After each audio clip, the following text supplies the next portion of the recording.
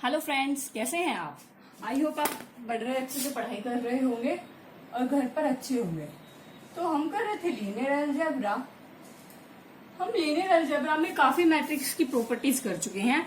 आज हम जितनी भी रिमेनिंग मैट्रिक्स हैं वो उन सब के बारे में देखेंगे। तो हमारा मेन टॉपिक है यूनिटरी मैट्रिक्स।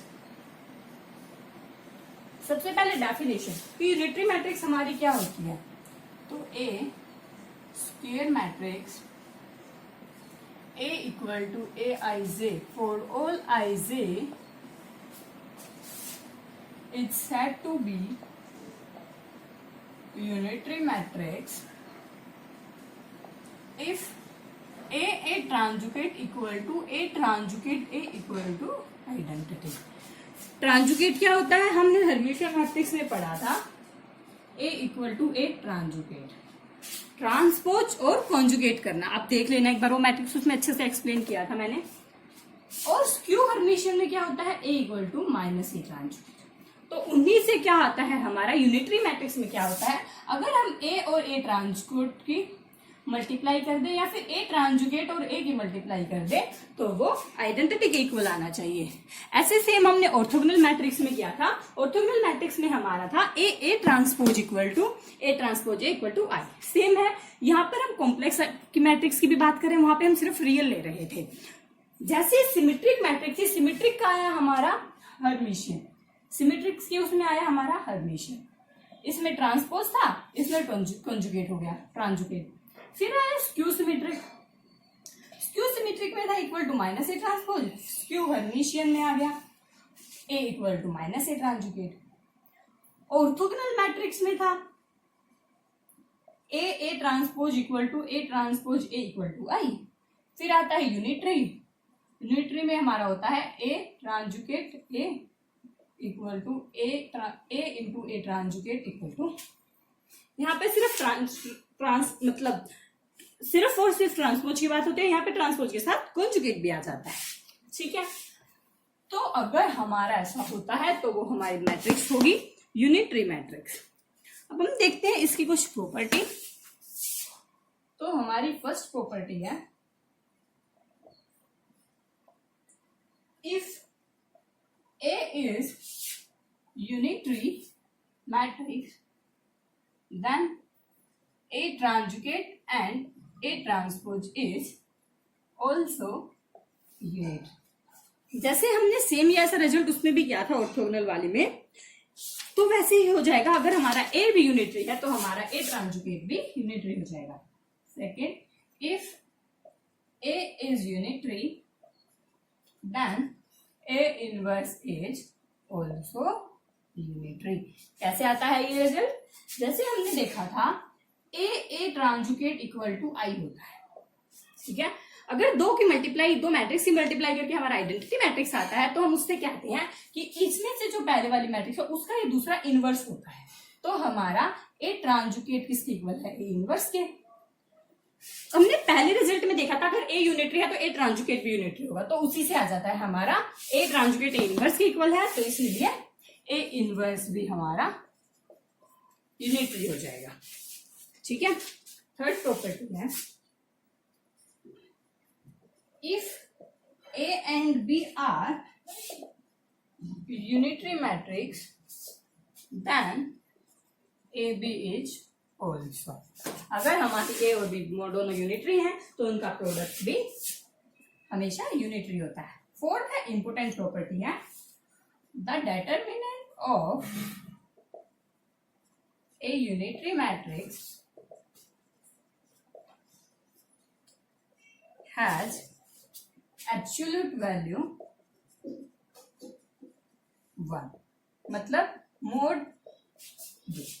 जो भी हमारी यूनिटरी मैट्रिक्स होती है उसका जो हमारा डिटरमिनेंट होता है वो हमेशा एब्सोल्यूट वैल्यू 1 रखेगा। ठीक है, जैसे आप एब्सोल्यूट वैल्यू मतलब मोड में अगर हम उसकी वैल्यू लेंगे तो वो हमेशा 1 होता है। जैसे कोई भी एग्जांपल ले लो, लाइक 1/2 नहीं, जैसे आप वैसे देख लेना, कोई भी डिटरमिनेंट दिया है तो उसका चेक कर लेना कि एब्सोल्यूट वैल्यू 1 आ रही है। अभी मुझे कोई एग्जांपल ध्यान नहीं आ रहा, अगर बाद में आएगा तो मैं आपको बता दूंगी कि उसके चेक करना जो एब्सोल्यूट वैल्यू है, मोड वैल्यू है, वो 1 आ रही है या नहीं आ रही है। अगर आ रही है तो हम ये नहीं कह सकते कि वो यूनिटरी होगा, क्योंकि कन्वर्ज टू नहीं होता है। बट अगर हमें कोई भी मैट्रिक्स दी और हमें ये चेक करना है कि वो यूनिटरी है या नहीं है, तो हम देखेंगे कि उसकी अगर मोड वैल्यू 1 नहीं आ रही तो ऑफकोर्स यूनिटरी नहीं होगा, ये पक्का है। बट अगर हमारा 1 आ जाता है तो हम कुछ नहीं कह सकते कि वो है या नहीं है। ठीक है, तो ये कंप्लीट यूनिटरी मैट्रिक्स के था, इसकी ज्यादा प्रॉपर्टी नहीं होती, इतनी ही काम की है। हम जितना काम आता है उतना ही सिलेक्टेड पोर्शन करते हैं, ज्यादा डिटेल में जाने की जरूरत नहीं है। अब हम देखते हैं 2-3 मैट्रिक्स और रह गई हैं उनके बारे में। तो नेक्स्ट है हमारी पीरियोडिक मैट्रिक्स। इसकी हमें सिर्फ डेफिनेशन काम की है, कई बार आ जाता है, वरना इसकी कोई प्रॉपर्टी वगैरह यूज की नहीं है। जो हम कर चुके हैं मेन तो इंपोर्टेंट वही है, एक आगे आएगी आइडम्पोटेंट, बस वो इंपोर्टेंट है। इसकी डेफिनेशन है A square matrix A equal to Aij is said to be periodic. The periodic matrix वो कहलाएगी if AK plus 1 equal to A where K is least positive integer। मतलब क्या है हमारा, कोई भी स्क्वायर मैट्रिक्स है वो हमारी पीरियोडिक मैट्रिक्स कहलाएगी अगर उसकी कोई भी छोटी से छोटी पावर, लिस्ट पावर की बात हो रही है, क्योंकि हमारा ए के प्लस 1 है। अगर ए के प्लस 1 करने पे वो हमारा ए आ जाता है, जैसे कि अगर हमारे यहाँ पर 1 है तो अगर A2 इक्वल टू ए आ जाता है तो वो हमारी कहलाती है पीरियोडिक मैट्रिक्स। इसका एक सब केस आता है नेक्स्ट आइडम्पोटेंट, वो भी करने वाले हैं। बट यहाँ पर के जरूरी नहीं है कि 1 ही हो, के हमारा 2 भी हो सकता है, 3, 4, 5 कुछ भी हो सकता है, बस छोटा से छोटा कोई भी पॉजिटिव नंबर होगा। ठीक है, अगर वो ए के इक्वल आ जाता है तो हमारी वो हो जाती है पीरियोडिक मैट्रिक्स। नेक्स्ट है आइडम्पोटेंट मैट्रिक्स, जो इंपोर्टेंट मैट्रिक्स है, जिसके बारे में काफी क्वेश्चन कई बार आ जाता है। ठीक है, आइडम्पोटेंट मैट्रिक्स पीरियोडिक मैट्रिक्स का ही एक सब पार्ट होता है। जैसे a square matrix A equal to Aij is said to be idempotent matrix if A square equal to A. हम ये मैट्रिक्स पीरियोडिक से ही डिफाइन करते हैं। कैसे, जैसे पीरियोडिक में तो के हमारा कुछ भी हो सकता है। ठीक है, नोट में लिख लो, जैसे if K equal to 1 in periodic matrix then it is also known as idempotent matrix, क्योंकि हमारा A square equal to A होती है इसकी डेफिनेशन। तो अगर हमारा के अगर यहाँ पर 1 हो जाए तो ये A2 इक्वल टू ए आ जाएगा, जो कि आइडम्पोटेंट की डेफिनेशन है।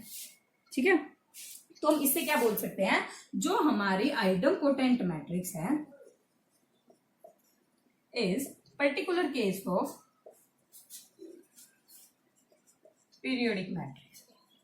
कई बार क्या पता क्वेश्चन में ऐसे पूछ रहे कि हमारी कौन सी मैट्रिक्स है जो पीरियोडिक मैट्रिक्स का पर्टिकुलर केस है, तो वो क्या होगी, आइडम्पोटेंट, जब हमारा के इक्वल टू 1 होगा। ठीक है, अब हम देखते हैं इसकी कुछ प्रॉपर्टी। तो सबसे पहली प्रॉपर्टी क्या है, अगर हमारी ए और बी आइडम्पोटेंट है, are two idempotent matrix, then AB is also if AB equal to B। ये इसमें कंडीशन होती है, अगर हमारे दोनों इक्वल हैं तो हमारा प्रोडक्ट भी होगा। जैसे हमें क्या शो करना है कि AB का complete square equal to AB, ये शो करना है आइडम्पोटेंट शो करने के लिए। तो ये क्या हो जाएगा, AB इंटू AB। तो हम ऐसे आगे कर ही नहीं सकते, जैसे इसको ऐसे भी कर लें। अब ध्यान से देखो, हम यहां से तो आगे फिर कुछ बढ़ ही नहीं पाएंगे, बट अगर हमारा A B equal to B है तो हम यहां चेंज कर देंगे। ठीक है, फिर ए स्क्वायर बी स्क्वायर, इसको कैसे लिख सकते हैं, ए बी, क्योंकि ए आइडम्पोटेंट है तो ए स्क्वायर इक्वल टू ए है, बी आइडम्पोटेंट है तो B square equal to A है, तो A B square equal to A B आ गया। तो इससे क्या शो होता है, आइडम्पोटेंट। रिजल्ट क्या यूज हुआ, बस अगर हमारा A B equal to B A हो जाता है तो हमारा ये प्रोडक्ट भी आइडम्पोटेंट हो जाएगा। ठीक है, नेक्स्ट है सेम इसी का जैसे है, अगर हमारे ए और बी दोनों आइडम्पोटेंट हैं then A plus B is also idempotent if A B equal to 0 B equal to 0। इसकी कंडीशन ये है हमारी, आपको जैसे आइडिया लग रहा होगा करेंगे तो, जैसे क्योंकि हमें शो करना है a प्लस बी का square equal to a plus, ठीक है, हम ये ले रहे हैं तो a square plus B square plus A B plus B, ये होगा। हमें a स्क्वायर की जगह तो a आ जाएगा क्योंकि a आइडम्पोटेंट है, b स्क्वायर की जगह b आ जाएगा क्योंकि b भी आइडम्पोटेंट है। अब ये तो आ गया, अगर हमारे ये दोनों 0 हो जाए, a b भी 0 हो जाए, b a भी 0 हो जाए तो इसके इक्वल आ जाएगा। तो इसलिए कंडीशन है हमारा इनका दोनों का एडिशन आइडम्पोटेंट होगा अगर हमारा a b इक्वल टू 0 आ जाए और हमारा b इक्वल टू 0 आ जाए। ठीक है, बड़ी कंडीशन है, याद कर लेना, हो जाएगा। याद करने की भी जरूरत नहीं है वैसे, आपको अगर आप शो प्रूफ करने की कोशिश करोगे आपको आइडिया लग जाएगा कि कहां पे क्या जरूरत पड़ रही है। एग्जाम्पल है इसके जैसे 0 मैट्रिक्स, क्योंकि 0 का हम स्क्वायर करेंगे तो वो 0 ही आएगा। ऐसे ही आइडेंटिटी मैट्रिक्स, क्योंकि आइडेंटिटी के भी कोई सी पावर कर लो वो हमेशा सेम ही रहता है, आर आइडम्पोटेंट, ऑलवेज आइडम्पोटेंट। ये दोनों मैट्रिक्स 0 मैट्रिक्स और आइडेंटिटी मैट्रिक्स हमेशा आइडम्पोटेंट मैट्रिक्स होगी। फोर्थ है डेटर्मिनेंट इज ऑलवेज 0 और 1। हमेशा आइडम्पोटेंट मैट्रिक्स का डेटर्मिनेंट या तो 0 होगा या 1 होगा। क्यों? जब a square equal to a है तो इसको सोल्व करेंगे, a कॉमन a माइनस 1, तो या तो a 0 आया या फिर a आइडेंटिटी आया। आइडेंटिटी मैट्रिक्स का डेटर्मिनेंट 1 होता है, 0 मैट्रिक्स का 0 होता है, तो इसीलिए हमारा जो डेटर्मिनेंट होता है आइडेंटिटी मैट्रिक्स का हमेशा 0 होगा या फिर 1 होगा। फिफ्थ प्रॉपर्टी है if a b equal to a b a equal to b then a and b are also idempotent. इसमें कोई कंडीशन नहीं दी है हमारी कि कौन सी क्या होगी क्या नहीं होगी, बट हम इनसे निकाल रहे हैं अगर हमारा A B equal to A है या B A equal to B है तो हमारा ए और बी दोनों आइडम्पोटेंट मैट्रिक्स होंगे। कैसे? जैसे लिया let A B equal to A, B की जगह किसको पुट करो? बी ए को। ठीक है, अब ये हो गया ए बी, ऐसे हो गया। ए बी किसके इक्वल है? ए के, तो क्या आ गया?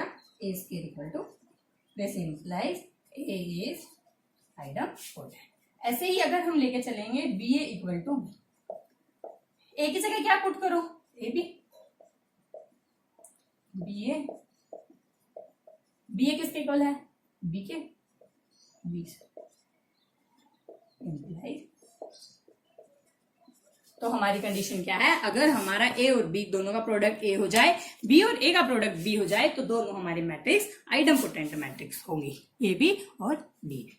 ठीक है, तो फ्रेंड्स ये था आइडम्पोटेंट मैट्रिक्स के बारे में और यूनिटरी मैट्रिक्स और पीरियोडिक मैट्रिक्स के बारे में। अब हमारी 2 मैट्रिक्स बची है, इनवोलेंट्री मैट्रिक्स और निलपोटेंट मैट्रिक्स, वो हम नेक्स्ट वीडियो में करेंगे। Thank you.